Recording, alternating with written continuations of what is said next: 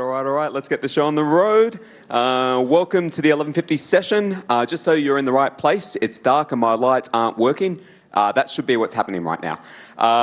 And we've got a fantastic speaker by the name of Jim Mussared, who will be introducing himself in just a minute. But everybody give him a really warm round of applause.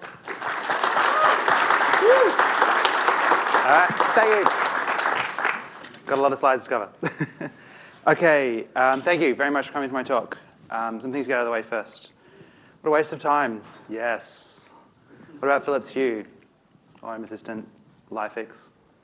Yes, yes. Yes, I can dim my switches with dimmer switches. You can get smart dimmer switches these days that are Bluetooth. Anyway, in late 2015, I did a fairly comprehensive renovation of my house, and while most people apparently focus on taps and door handles, I decided to obsess about light bulbs. It's 2015. I want the all-off button like a flash hotel room. I want the lights to know what time of day it is and dim appropriately. I want multicolored lights, color temperature, motion sensing, turning on individual bulbs rather than the whole room at once. Automatic alarm clock. How hard could this actually be? So at this point, you're screaming Philips Hue. I get it. But it was relatively uncommon in 2015 and very, very expensive. So I found a ZigBee-based product called Osram Lightify. Osram, Sylvania, they're a big deal. I've heard of them. It seems to be only app-controlled, but it's ZigBee. Lots of things talk ZigBee. And worst case, I'll reverse engineer the app protocol. Then I found another ZigBee-based switch panel. Some rando in a forum made that work with another system called SmartThings from Samsung. This must be doable. Quickly, what is ZigBee? It's another ISM band 2.4 gig radio protocol. You've heard of Wi-Fi 802.11. That's medium range, high speed. Bluetooth 802.15.1. That's low power, short range, medium rate. And 802.15.4, which is long range, low power, very low rate. And that is where ZigBee and Thread and 6LoWPAN come from. ZigBee's main claim to fame is mesh networking and home automation. This is a diagram of my network at home. You have a coordinator, routers, end devices. Most of the home automation products, the vendor sells a hub, which is a coordinator. And things like bulbs or routers, switches or end devices. Most bulbs, despite being routers, don't actually route. The distinction is because they don't sleep. The coordinator doesn't need to maintain routing state for them. So I bought some test bulbs and an Osram hub, then later a SmartThings hub for the Samsung one, and then some switch panels. And somehow, I actually made some things work. But this is where the misery started. It doesn't work very well. Then the house was ready. They needed the bulbs. They needed to know what they wanted to put in the house. I didn't have a better plan. So this is surely all fixable. It's just software, probably some hardware. So I purchased 39 light bulbs and some switches and trusted I'd figure it all out later. 3 years later, I still had a house full of smart bulbs operating in the dumbest possible way with actual real light switches that connect and disconnect the active wire, just like in Edison's time. The first warning sign should have been that the Osram system just doesn't work very well. The app never seems to respond to the commands. It doesn't know the state of the bulbs. The bulbs frequently don't work. The app is slow to load. It couldn't support the switch panels. So SmartThings.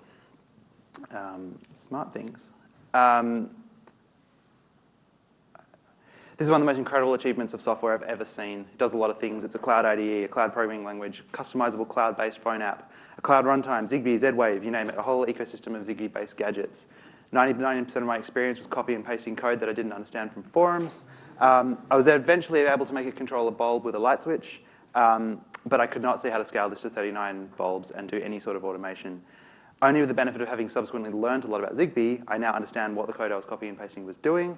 But you may have heard me say cloud a few times. If you write code for this thing, which you have to do, the code runs in the cloud, which is great, except it's in America. And when I turn on a light bulb, it goes, ding. And that's really awful. What if I want to turn on 7 bulbs? Importantly, from SmartThings, though, I learned that the bulbs themselves were reliable. So the flakiness was probably coming from the Osram hub and the Osram app. Good news. So the obvious next step was to learn how ZigBee works properly and build my own hub. Electronics should be fun. After some research, I purchased a Digi-XB, which is effectively a ZigBee to serial adapter. The newer models of these run MicroPython. I'm not sure how much this would have helped me, but for a variety of reasons, the newer model, the 3 series rather than S2 series, are much, much better.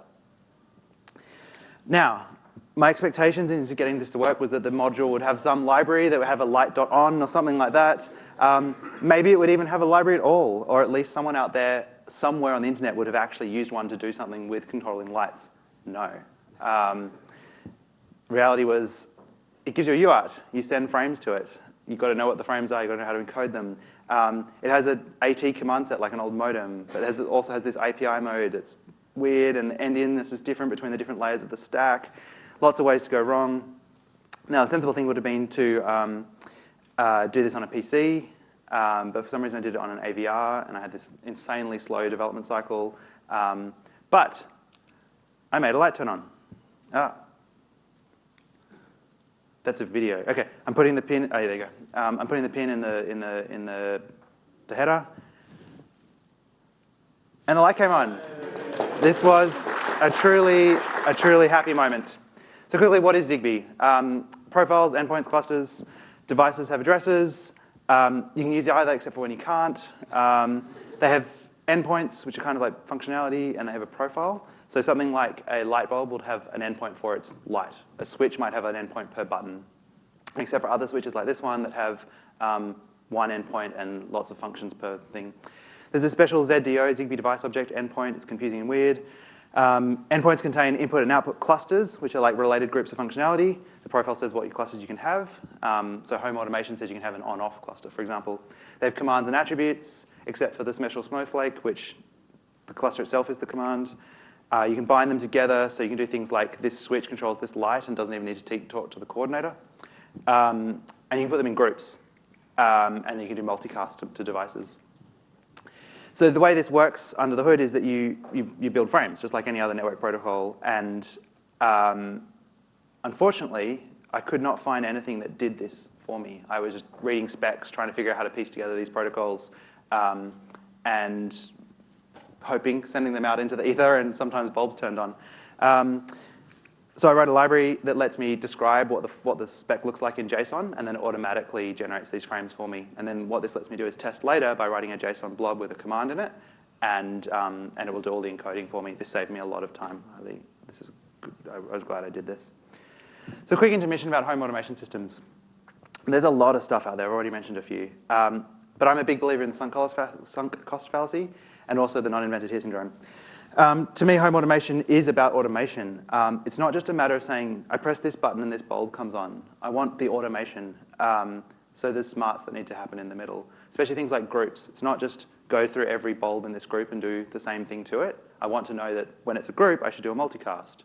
I so dearly did not want to write this myself, but yeah, here we are. So Philips Hue can do a lot of this stuff, but they did this really nasty thing where they supported third-party gear for a while, and then they stopped supporting it, and then they kind of did start supporting it again, but only if you bought it in certain countries. There's a weird thing about the way the profiles work. I refused to buy Hue gear on principle, except for I've now bought a bunch of Hue switches. Some of you probably have used Home Assistant, HAS. I like to think I understand computers. Like, I've spent a lot of time using computers. It's my hobby, all that sort of thing. HAS is open source. I could not figure out how to use HAS. I think the limitation here is that it doesn't have very good for home automation profile ZigBee, and I was basically having to build a stack of the home automation stuff into HAS. If somebody knows more about this, I would love to talk to you in person about this. So here we are, Python. Let's build a system. I hoped for this. Nope.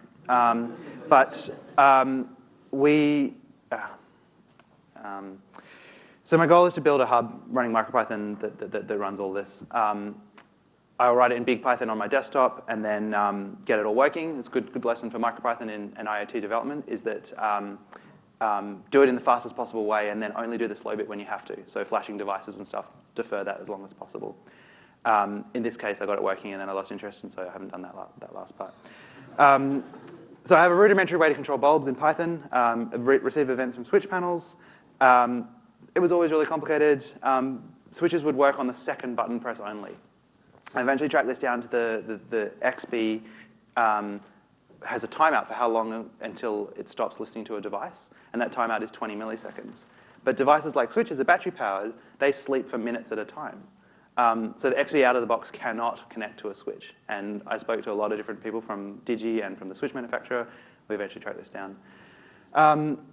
getting the switches to send events at all was just like a magic exercise in poking commands at them until and finally I got a response, and then finally I got a button press event to happen. There's about 4 spec documents that come together to make this work. Anyway, but it all came together. My wonderful wife took an interest in this. She was actually quite excited that we could do something useful with this, start reaping some benefits of our sunk costs and stuff like that. And so she drew this diagram of how like the switch interaction should work. So there's S and D here are single and double presses and how the transitions. I took this photo at the time and dug it up recently. It was still flaky though. I saw this amazing talk at LCA a few years ago about using network analyzer tools, especially open source analyzer tools, to understand what is happening in Internet of Things networks. This is a really, really great talk. And the thing I learned from this is that getting a network analyzer and actually looking at what's happening on the network will help you understand everything. I did find a tool that can do this. It's a TICC 2531. In order to make this work, I had to fix compiler bugs, and it's written in 851 assembly. It was awful, but eventually I got Wireshark to show some ZigBee frames. And I was able to find that the frames were getting through on my network, but then they were just being dropped once received by the XB. Turns out it has a simple answer that took me a very long time to figure out. ZigBee itself runs at 250 kilobit. The UART on this chip runs at 115 kilobit. So if you have more than one thing happening at once on your network, you are going to drop packets. So thank you, Sam. So I made a little board that adapts between them and put some buffering in and runs at SPI instead, and just more time wasted. And then I had this thing where you press buttons and nothing happens after a certain number of button presses. In order to prevent loops in the network, all the devices keep track of like recently seen messages, but they only have enough RAM for 8 messages. So if you send more than 8 messages in 8 seconds, it just starts dropping them on the floor. So more reliability. And then it was like stuff I just couldn't figure out. It was just driving me mental. And then I started finding the software updates for the XB. And these are really, really scary software updates and explain a lot of the things that I was seeing.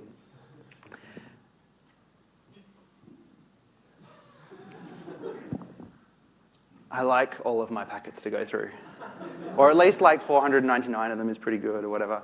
And then the bulbs themselves got software updates. Simple commands like turn on and set brightness was like a later fix to the bulbs. Yes, I installed firmware updates to my 39 light bulbs. I've done it multiple times now. It's the future, firmware updates for light bulbs. They're actually really good light bulbs. They're beautiful color, like the color temperature is really good. The CRI is good. They've lasted, it's been about 4 years now. I've only lost 2 of them, but I've now built a stockpile because they don't sell them anymore. And I have an eBay watch list on this particular model, and I also, when they die, I figure out just which part has died, and I build Franken bulbs out of the leftover bits of the other ones. Like I literally desolder the LEDs out of them and stuff like that.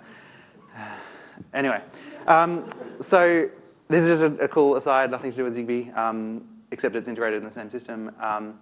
We didn't have any banisters in our stairs, and then we were expecting a baby, and then it was like the stairs are a safety hazard. So I wanted to put a banister in, but why put just a banister in if you can put lights in the rails as well? So this is 162 LEDs and controlled by a Wi-Fi chip running MicroPython. They're an amazing night light. Obviously, they don't rainbow all the time, but mostly they're in like a sort of an orangey dim nightlight mode, and they time triggered to be brightness different time of day. We haven't actually turned on the lights in the stairs, like the roof lights, since we installed them. It's wonderful. So, obviously I'm really fun. I have a Franken bulb collection and things like that, but like I'm at a party and I'm talking to a stranger and we're discussing what we do for work. And he's like, I work for a company that specializes in selling LED bulbs. And I'm like, oh, do you sell Osram Lightify? And he's like, why do you even know what that is? And I'm like, and then so I learned 2 things from that conversation. Almost every Lightify bulb they ever sold, thousands of them, got returned for obvious reasons. Apparently, I'm the only person who's persevered with them. And he doesn't find it particularly common that random people at parties are that interested in ZigBee. Anyway, I was determined to make this work at that point. And then I also became frustrated because we'd renovated the house and I installed all the light switches. I'd put all the light switches in the wrong places. You want things like you're going to bed, you're on the couch, you're going to bed. If you have to walk over here to turn off the lights and then walk back through your dark living room to go up the stairs, you're going to trip on the Duplo that's on the floor or something like that. So I just want the light switch to be at the bottom of the stairs, but it's too late now. But with ZigBee, I can put light switch panels, literally 5 of them in my living room. These ones are magnetic. They switch to the wall, and I can take them off the wall and take them with me. I could use my phone if I wanted to. So I did, and I put these everywhere, and as another model I showed earlier, they're really good. In fact, I'm currently using this to advance, this is a light panel, but I'm using it to advance the slides at the moment through the home automation system. And then we had a baby, so that's the dimmer switch. So it sits on this faceplate that you attach to the wall and then it magnetically comes off. Then we had a baby, and there's the stairlights in the background. And when you're awake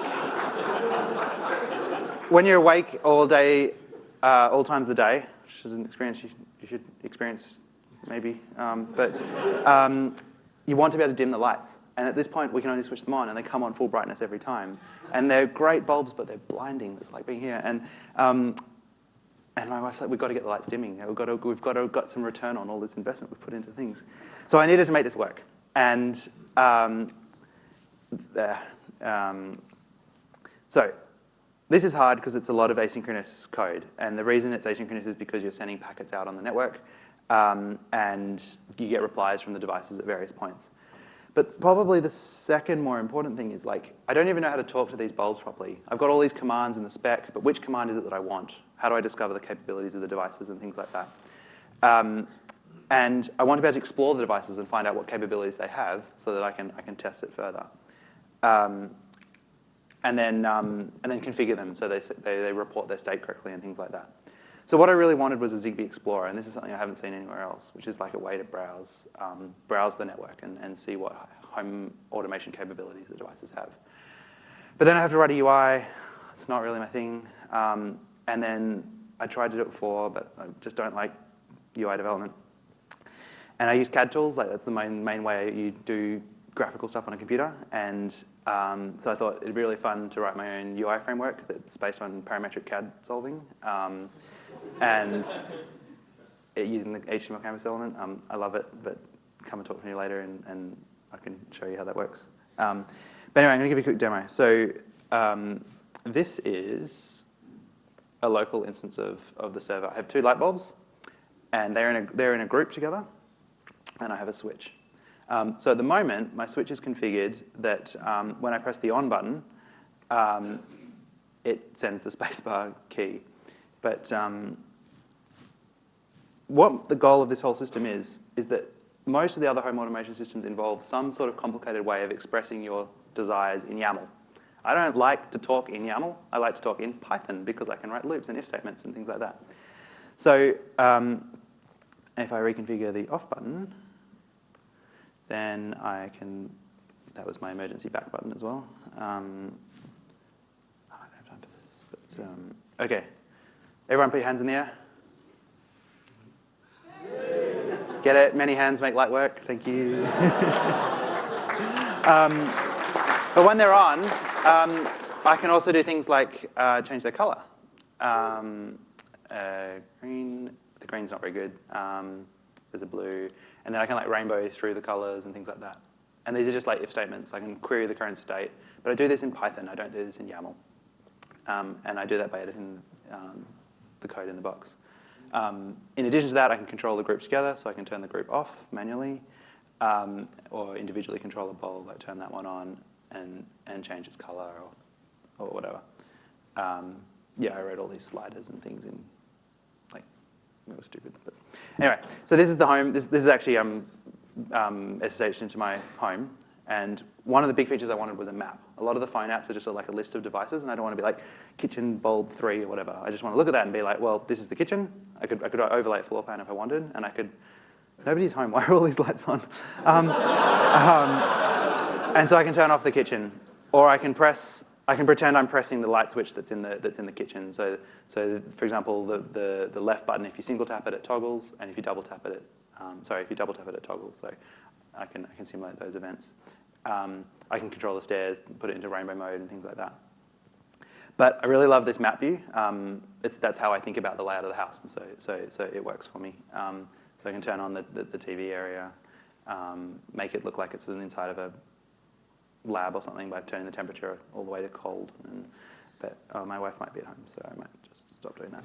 Anyway, and I can put it into like floors, like so upstairs and downstairs, and I can edit these layouts interactively from the thing. But the most important thing was this ZigBee Explorer. And like I said, I haven't found this anywhere else. So I can go to an individual device, like nothing upstairs, couch 1, and I can query what endpoints it has and like talk over the network to the device, and it will tell me all its clusters and supported clusters. And this is how I developed the home automation stuff, was to say, well, okay, I've got to figure out how to send a color command. Here's the color commands it supports. Move to color temperature. Well, these are the arguments it takes, and then it knows how to turn these JSON blobs back into a network protocol. Anyway, it was a lot of fun. I made a tree view. I was proud of that.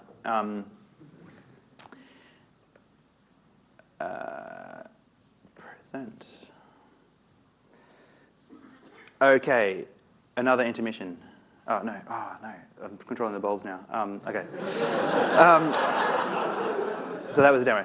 And the system's called Hazard, which is home automation for ZigBee and related devices. I'm very happy with that. Okay, unrelated to all this, Micropython light bulbs. So maybe this is a future when I can't buy any more of these on eBay or assemble them from dead parts. We've talked about ZigBee, but there are alternatives to ZigBee for networking. Bluetooth, mesh, Wi-Fi. Wi-Fi has a nice advantage if you don't need a hub, because you already have a Wi-Fi access point in your house. Lifix is the big player in this market, but they're really expensive. So I work on MicroPython and just spend time on the MicroPython forum. And a user, Australian, posted here and said, hey, there's these bulbs. They're $15. They're RGB. They're in Kmart. And they're RGB smart bulbs in Kmart. And so they're branded as Mirabella, but it's actually a white label from a Chinese company called Tuya. And they basically have this website you go to. You say, I want 10,000 bulbs. My company's called Mirabella. My app should have this logo. And please send me them to this address. Push button, receive mobile app kind of thing. And they run on the ESP8266, which runs MicroPython and Wi-Fi. So I'm like, I'll buy one of them. And then I waited. And then they arrived, and then don't forget your flux, and soldered in a fairly annoying sort of things. Put the UART adapter on them, download the MicroPython firmware, flashed it on, very quickly had a prompt, set up the Wi-Fi, oops, don't look at that, wrote a script to run the interactive web network console. Now I connect to it over Wi-Fi. Obviously, I'll take them off and put the lid back on at some point, but now I just have pins, and I can turn the pins on and off. The light comes on. I can different pins to control the RGB channels. How good is that? 15 bucks. Why did I buy 39 ZigBee light bulbs? So ZigBee, Asyncio, why am I here? Why is this a hard problem? Okay, it's not self-driving cars, but this whole network has a lot of state to manage, and we're just talking by sending packets, and we have to assemble all the state across all of these different transactions that are happening. At a high level, this program needs to do 4 things. Bytes come in from the serial port, from the XB, and we need to detect frames. So you get like partial frames, and at some point you assemble them together, and you have a complete message from a device. We need to deliver that to the code that cares about that particular message. So if the code is currently trying to turn on a bulb, it cares about the reply to the turn on message. Otherwise, it might need to trigger a new action, like this is a new bulb on the network, I need to configure it or something like that. It also needs to receive HTTP requests. It needs to run background tasks. And then once it's figured out what to do with the network, it sends messages back out to be transmitted over the network. All of this has to happen concurrently. Let's start with a simple example, turning on a light. So roughly, this is kind of the way it works. I'm going to construct a frame to send over the network. I'm going to send it out the serial port, and then I'm going to wait until I get a frame back from the serial port. But you can't write network code like this, because you might be doing other things at the same time. On my computer, I don't take exclusive access to the entire network card every time I want to do a network transaction. This is the miracle of the, let's look at a more complicated example. This is what it looks like when a new device connects to the network. I have to query all of those layers of the ZigBee stack to find out what it is, access all the clusters, and send the right configuration messages to them. So this is the miracle of the sockets API. I have a socket that is a multiplexed abstraction over all the different things that are happening on my network card at once. I could write that in Python and track that state on top of the XB. But now we're looking at threads to maintain all this happening in the background, and this starts to get really messy.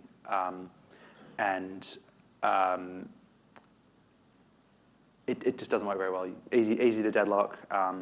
Things like the concurrent state of multiple bulbs need to be locked correctly. I often end up in a situation where I'm having multiple sockets to one device at once, and matching the state gets quite tricky. So how do we do this without threads? What this means is we use callbacks instead. So let's go back to our example. Oh, that's how I do it with sockets. But let's go back to our example earlier. So I'm going to do these 4 steps that are all individual network requests. And now I'm going to do that with callbacks. So first of all, I'm going to receive my event for a new device. And then I'm going to say query endpoints. And when you're done, call my onEndpoints method. And then my onEndpoints method is going to say, OK, great. Now I've got that. Now I'd like you to query the clusters for each one of those things. And when you're done, call my onClusters method. And now I've got an onClusters method. Now I'm going to go and query attributes from it. And when you're done, call my onAttributes method. And then you get the idea, right? This gets really, really painful. Anyone who's done anything with callbacks has experienced this. So let's even look at how these methods are implemented. So this query endpoints, the endpoint thing itself has to manage the callbacks. When I get my underlying data from the XB, how do I then call the thing that was waiting for me? So fundamentally, programming this sort of stuff is about these little microtasks. They're short pieces of non-blocking logic, a for loop or an if statement or something like that. But then when they're done, they start a background operation. Oh my goodness. When that background operation is done, we need to figure out what the next step to do is. And then we run this in a loop. So the event loop finds new frames from the network, figures out what the next microtask to run is based on that.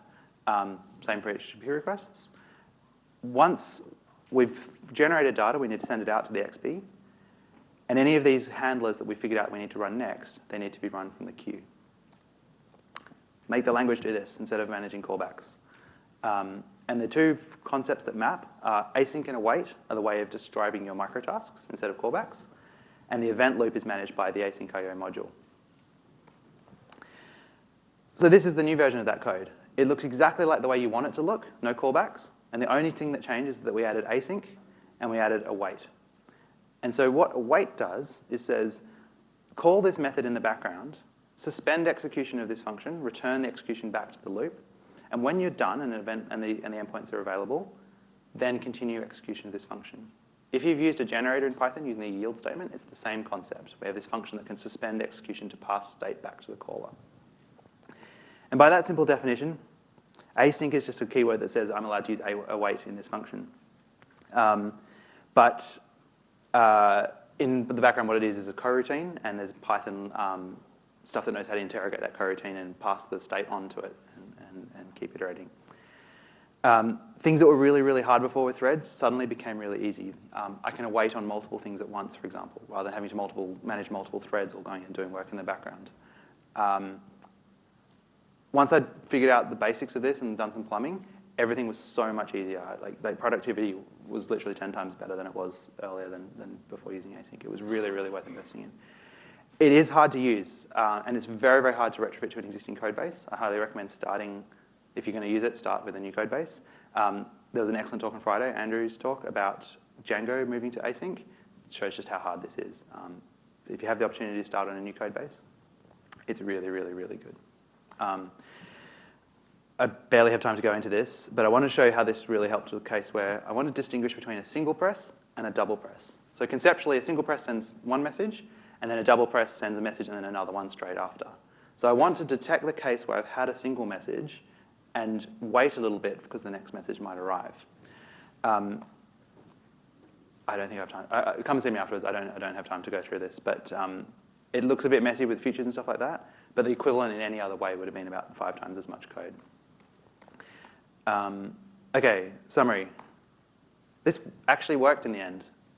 It's not perfect. It occasionally fails. But it fails for like a few seconds. You press the button again, and we don't care. I have logging on this. It turns out we press the buttons in our house about 150 times a day. And 149 of them go through first go, or more even. And we go many days at a time without noticing a single problem.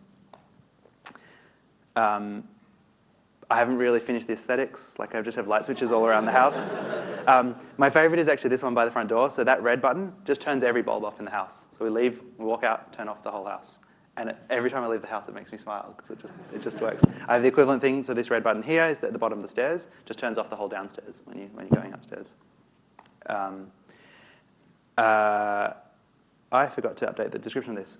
Extra dim is a feature that I don't know exists in any of the other systems, is that when I dim a room, so I just keep pressing the dim down button, and eventually the bulbs get to their lowest PWM setting, and then it keeps going and it just turns bulbs off. So you can get like super dim in a room, which is really great in like the middle of the night or something like that. You know, you change a baby nappy or something or whatever. And this system made it very easy to add that feature. It was about 15 lines of code. Async await is really, really worth your effort investing in. It is not easy to get started with. The documentation is quite confusing, and a lot of the documentation is based on the history of how this feature came to exist, about things like yield from and events loops and twisted on Tornado. Start from the new stuff, Python 3.7, asyncio.run, etc., and just look at async await. It's really hard to retrofit. Use all the new things. If you're going to do HTTP, use an HTTP library that was built for async IO. And MicroPython supports all of this too, so you can use all these same things. Documentation is hard to read, but it's worth it. It's worth persevering.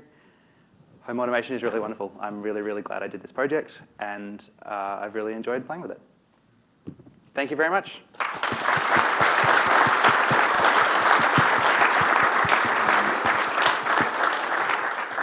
I imagine I don't have time for questions, but I would love to hear from you if you have questions, or come and find me at the rest of the conference.